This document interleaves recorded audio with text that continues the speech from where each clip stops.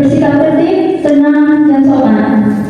4. Larangan bagi pengunjung sidang: A. Belum berusia 12 tahun, kecuali atas perintah atau izin hakim untuk kepentingan pemeriksaan atau kepentingan yang relevan. B. Membawa senjata dan atau benda-benda lain yang dapat membahayakan atau mengganggu jalannya persidangan. C. Membuat gaduh, berlalu lalang, bersorak-sorai, dan bertepuk tangan. D. Membawa alat komunikasi elektronik ke dalam ruang sidang. E. Membawa peralatan demonstrasi. F. Merusak dan atau mengganggu fungsi sarana, prasarana, dan atau perlengkapan persidangan. G. Makan, minum, dan merokok. H. Menggunakan topi, kacamata hitam, sandal jepit, dan kaos oblong. I. Menghina para pihak, saksi, ahli, pihak lain, dan pengunjung sidang. C. Memberikan dukungan, komentar, saran, tanggapan, atau mengajukan keberatan atas keterangan yang diberikan oleh pihak, saksi, ahli, dan pihak lainnya. Kewajiban para pihak, saksi, ahli, pihak lain, dan pengunjung sidang: A. Menempati tempat duduk yang telah tersedia serta duduk dengan tertib dan sopan dalam persidangan. B. Menunjukkan sikap hormat kepada majelis hakim dengan sikap berdiri ketika majelis hakim memasuki dan meninggalkan ruang sidang. C. Memberikan hormat kepada majelis hakim dengan sikap membungkukkan badan setiap memasuki dan meninggalkan ruang sidang. Hadirin dimohon untuk berdiri.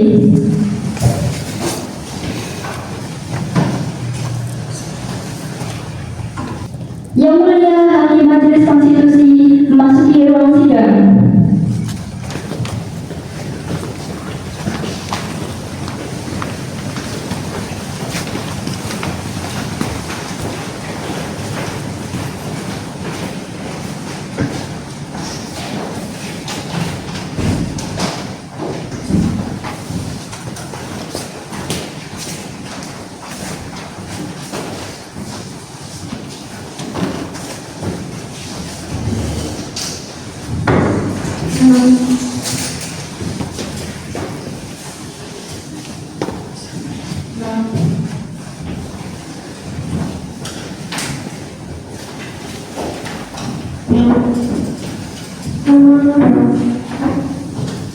Hadirin dipersilakan duduk kembali.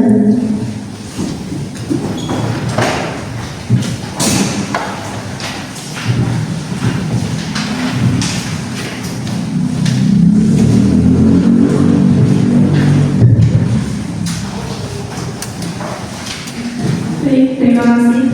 Sidang Mahkamah Konstitusi untuk mendengar keterangan ahli dalam perkara pengujian undang-undang dengan nomor perkara nomor 46/8/2010 dinyatakan dibuka dan terbuka untuk umum. Silakan pemohon perkenalan dahulu. Terima kasih Yang Mulia. Sebelumnya perkenalkan, nama saya Naga Handayani selaku kuasa hukum dari Ibu pemohon Febi Prastiana Putri dan anaknya Jaka sekalian. Terima kasih. Assalamualaikum warahmatullahi wabarakatuh. Saya pemohon Ibu Febi Prastiana Putri. Terima kasih Yang Mulia.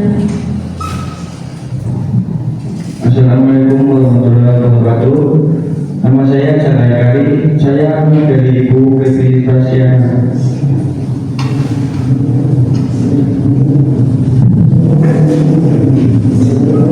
Assalamualaikum warahmatullahi wabarakatuh. Perkenalkan, nama saya Rama Ayu Wulandari. Saya kuasa hukum dari Ibu Febi Prastiana Putri. Terima kasih.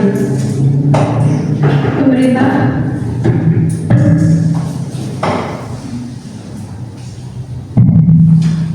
Assalamualaikum warahmatullahi wabarakatuh. Saya pemerintah, nama Muhammad Arman Dino dari Inder.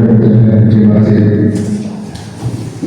Oke, baik. Hari ini kita agendanya tunggal, yaitu mendengar keterangan ahli yang dihadirkan oleh pemohon.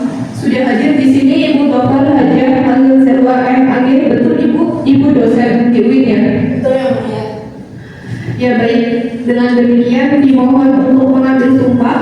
Ibu Dian Amira akan mengambil sumpah.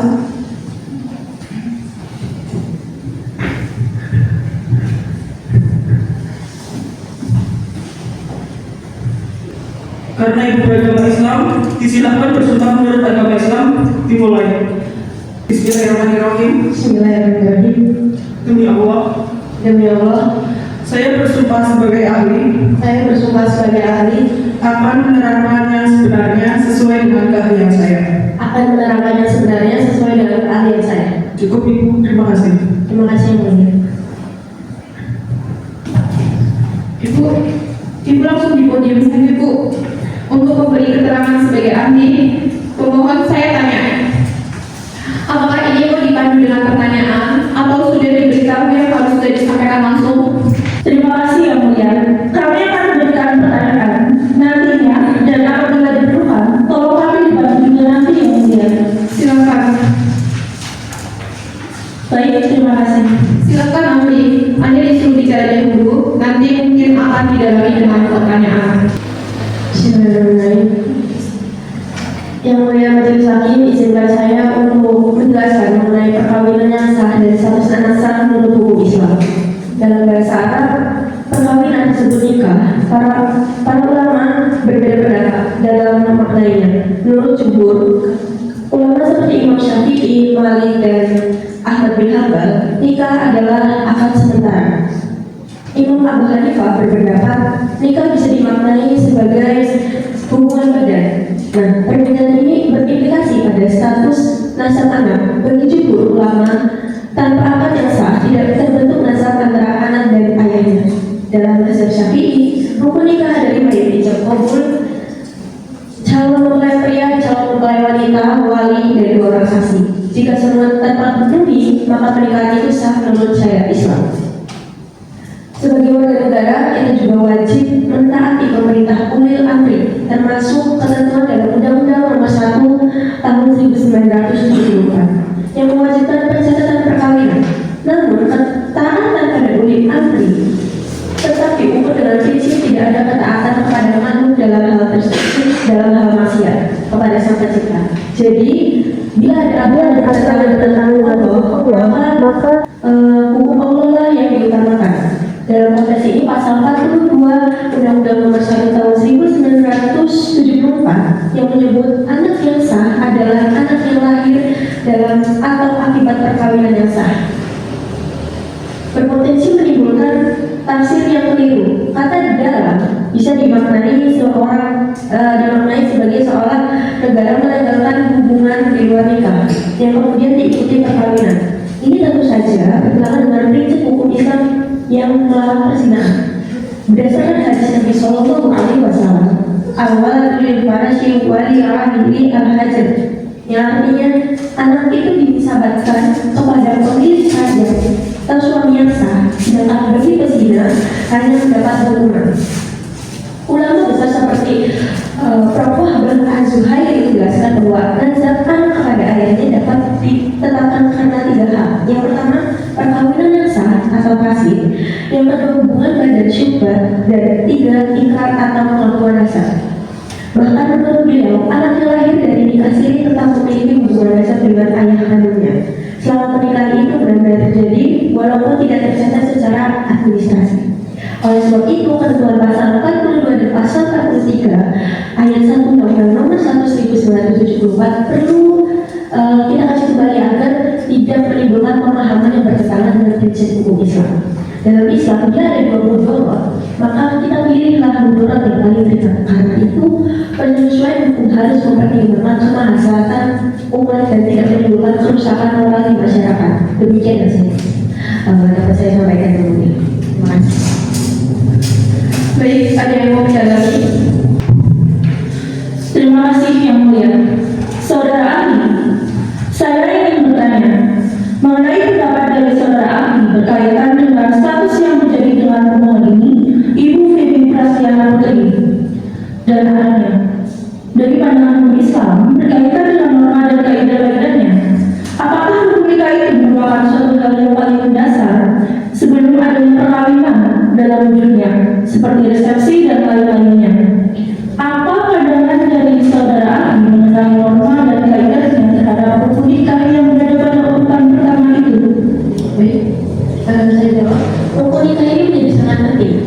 dalam mengukur apakah nikah itu sah atau tidak, 5 rukun yang disebutkan tadi di atas, adanya calon laki-laki, calon perempuan, adanya wali, adanya 2 orang saksi, minimal juga adanya ijab kabul, menjadi sesuatu yang sangat pokok di dalam sebuah perkawinan. Ketika perkawinan tidak memenuhi rukun tersebut, maka perkawinan dinyatakan tidak sah atau masuk dalam kelompok nikah fasid.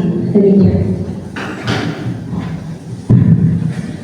Baik, kalau dikelompokkan dalam nikah fasid, saudara pemohon ini dalam situasinya pernikahan itu dijalani semuanya dengan rukun yang ada. Dalam kategori mana dia bicara, kita bicara tentang norma ataupun kaidah Islam itu. Apakah saudara pemohon sudah memenuhi Melihat yang tadi saya sampaikan kembali hal yang diungkap mengenai rukun nikah, tampaknya tidak masuk dalam kelompok nikah yang tidak sah atau tidak fasid. Menurut data yang saya amati, karena sebetulnya menurut ajaran Islam, apa yang sudah dilakukan itu sudah sah. baik? Lalu bagaimana pandangan ahli tentang pengertian dalam pasal 43 ayat 1 berkaitan dengan anak di luar nikah? Maaf, bahwa harus berdasar hak keperdataannya, berdasar kepada ibunya. Dalam pandangan Islam, dalam hukum Islam, bagaimana pengertian terhadap anak yang dimaksud dengan anak di luar nikah itu? Di dalam hukum Islam yang dimaksud anak hanya mempunyai hubungan nasab dengan ibu adalah anak yang lahir bukan dalam perkawinan, tetapi anak yang lahir akibat perzinahan. Adapun anak yang lahir melalui perkawinan, apalagi perkawinan yang telah memenuhi syarat atau rukun yang disebut di hal yang tadi di atas, maka anak yang lahir telah bernasab kepada 2 orang tuanya, bukan hanya kepada ibu. Yang penting pernikahannya ini dinyatakan sah. Seperti itu. Baik, lalu apakah dalam norma dan kaidah Islam, hukum Islam itu cukup untuk perkawinan memenuhi apa yang telah disampaikan berdasarkan nas dalam Al-Quran? Ataukah itu juga ada keharusan dari bentuk biaya negara untuk memaksakan haji kembali? Jika dilihat dari beberapa referensi yang berkaitan dengan kajian hukum Islam, kajian hukum Islam ini semata-mata angka tampaknya tidak pernah disebutkan bahwa pernikahan ini harus dicatat. Tampaknya seperti itu, tetapi sebagai warga negara ada semua sebagai juga umat Islam dalam hal ini adanya kewajiban untuk taat kepada ulil amri. Dasarnya adalah firman Allah yang ada di dalam surat An-Nisa ayat 59 yang menyebutkan, wahai orang yang beriman, taatilah Allah, taatilah Rasul dan ulil amri di antara kalian. Dasar inilah yang mewajibkan atau bahkan juga kalau tidak mewajibkan, menganjurkan untuk memenuhi apa yang ditetapkan oleh undang-undang. Karena undang-undang ini adalah termasuk produk ulil amri, dan ulil amri ini bagian dari komponen yang harus kita taati. Seperti itu. Baik, terima kasih Ibu. Sudah? Terima kasih. Ada satu lagi Bu, sebagai perbandingan, meskipun ini berbeda sebenarnya, yang ingin saya tanyakan, di sini ulil amri tadi berkaitan dengan negara. Oke, bagaimana pandangan saudara ahli tentang pasal 53 kompilasi hukum Islam sebagai perbandingan terhadap pasal 43 ayat 1 Undang-Undang Perkawinan? Dalam pasal 53 ini, kita melihat pada aturannya, yaitu pada rukun nikahnya. Pasal 53 kompilasi hukum Islam, saya bacakan. Seorang wanita menjadi wanita dapat dikawinkan dengan pria yang menghamilinya. Lalu pada ayat 2, perkawinan dengan wanita hamil yang disebut-sebut pada ayat 1 dapat dilangsungkan tanpa menunggu lebih dahulu kelahiran anaknya. Lalu pada ayat 3, dengan dilangsungkannya perkawinan pada saat pria hamil, tidak diperlukan perkawinan ulang setelah anak yang dikandung lahir. Artinya begini Bu, kalau kompilasi hukum Islam ini yang ada dalam benak saya tidak perlu awalnya dengan adanya rukun nikah orang hamil atau sepasang laki-laki dan wanita hamil, wanitanya hamil 3 atau bahkan 6 bulan, lalu tentang menjalankan nama baiknya dilangsungkan sebuah pernikahan dan itu dicatat sah oleh negara. Tetapi harus diingat, ada persyaratan yang awalnya harus dilewati dulu. Karena ini, hamil dulu tentunya pernikahan itu harus berlanjut. Sedangkan dari kaidah dan norma hukum Islam,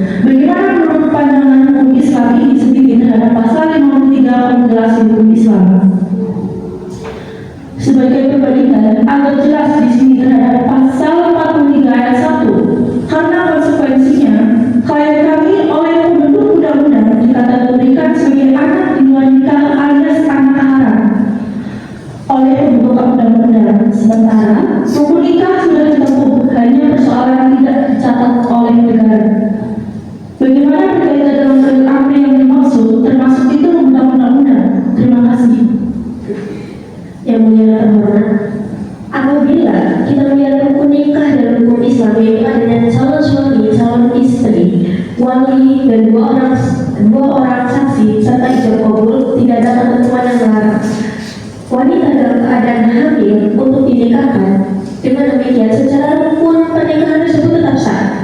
Namun di kalangan para ulama terdapat beberapa pendapat, yaitu mazhab Hanafiyah yang berpendapat bahwa menikahkan wanita yang hamil akibat zina itu tidak diperbolehkan. Sedangkan menurut Imam Syafi'i, larangan sebagaimana tercantum dalam surat At-Talaq ayat 4 yang memerintahkan agar wanita hamil menunggu masa iddah hingga melahirkan hanya berlaku bagi kehamilan yang sah dari suami sebelumnya, bukan kehamilan akibat zina. Pendapat Imam Syafi'i ini kemudian diikuti oleh penyusunan pasal 53 Kompilasi Hukum Islam yang memperbolehkan pernikahan wanita hamil tanpa menunggu kelahiran anaknya. Pandangan tersebut juga sejalan dengan praktik para sahabat seperti Abu Bakar dan Umar bin Khattab yang pada masa itu menikahkan wanita hamil karena zina tanpa menunggu masa iddahnya. Dengan demikian, perbedaan pandangan di antara para ulama ini menunjukkan bahwa persoalan tersebut merupakan wilayah ijtihad yang sah dalam hukum Islam. Demikian yang mulia. Oke, baik. Untuk pemohon cukup? Cukup yang mulia. Baik, dari hakim anggota ada yang ingin ditanyakan atau diklarifikasi? Baik, terima kasih. Saudara tadi menyebut beberapa pendapat ulama seperti Imam Syafi'i dan Imam Abu Hanifah yang berbeda karena masing-masing merupakan hasil ijtihad. Sebab Al-Quran tidak mengatur secara tegas untuk hal itu. Dalam kitab Al-Bajuri disebutkan ijtihad adalah usaha menggali hukum dan Al-Quran dan Sunnah dengan metode yang dimiliki seorang ulama. Pertanyaan saya, apakah ijtihad yang dilakukan di Indonesia yang kemudian melahirkan ketentuan dalam undang-undang dan kompilasi hukum Islam tidak dapat dianggap sebagai bagian dari fikih Indonesia? Bukankah itu juga bentuk ijtihad yang sah sesuai konteks waktu dan tempat? Jadi, apakah saudara menilai ketentuan hukum di Indonesia itu keliru hanya karena berbeda dengan pendapat mazhab tertentu?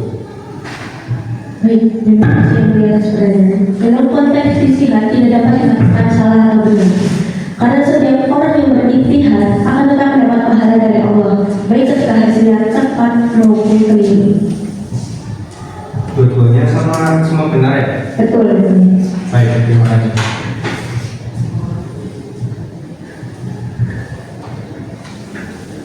Oke, baik. Jadi tidak salah kan yang di Indonesia dari sudut ijtihad? Dari sisi ijtihad, apa yang dilakukan di Indonesia merupakan hasil penalaran hukum yang sah dan dapat diterima karena ijtihad ini selalu menyesuaikan konteks waktu dan tempat. Sebagai pilihan fikih? Dari sisi ijtihad tidak salah. Tidak salah. Oke, baik. Silakan Ibu Rahma. Ahli, saya menanyakan ini. Ada rumusan pasal 43 ayat 1 Undang-Undang Perkawinan. Anak yang dilahirkan di luar perkawinan hanya mempunyai hubungan perdata dengan ibunya dan keluarganya ibunya. Apakah ini pernyataan sebagai anak haram pasal ini? Dari redaksional ini tidak disebutkan anak yang lahir di luar nikah.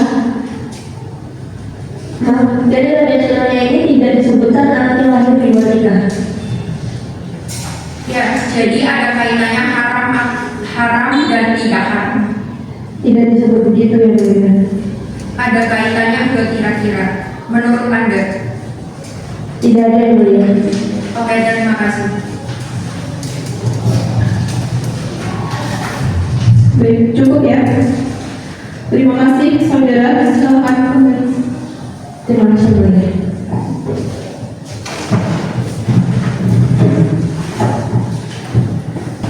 Cukup ya. Baik, terima kasih. Saudara telah memberi banyak bahan kepada kami, kepada majelis hakim, sehingga sidang ini bisa segera kami akhiri. Kecuali pemohon masih ingin minta sidang lagi, saya kira cukup ya. Pemohon sehingga berikutnya nanti vonis. Pemohon cukup? Cukup yang mulia. Pemerintah cukup? Cukup yang mulia. Baik, kepada saudara diberi waktu sampai dengan 1 minggu ke depan untuk menyampaikan kesimpulan-kesimpulan karena vonis hakim itu nanti akan sangat juga diwarnai. Analisis juga ini baru kami nanti menganalisis berdasar analisis saudara untuk masuk ke analisis para hakim untuk sampai pada vonis. Saudara diberi waktu sampai dengan tanggal 11 hari Rabu pada jam kerja untuk menyampaikan kesimpulan di gedung Mahkamah Konstitusi, tidak melalui persidangan akan di sana. Sesudah itu kami akan menjadwalkan untuk membuat putusan.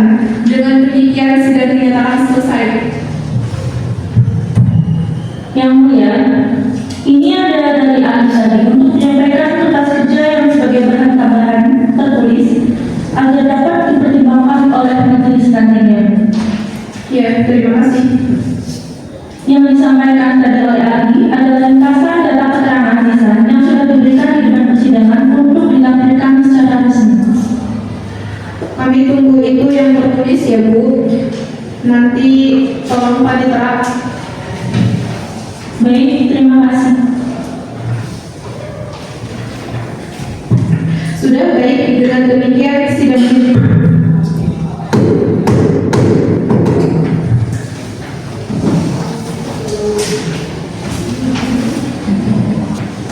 Yang mulia Majelis Hakim Konstitusi meninggalkan ruang sidang. Hadirin dimohon untuk berdiri.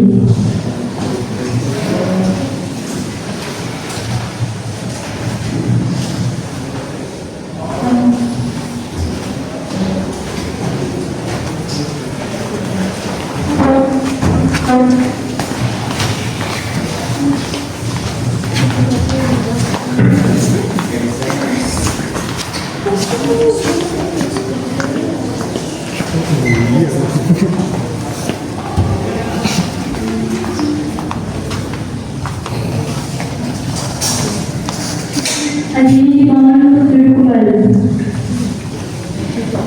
Hadirin yang saya hormati, demikian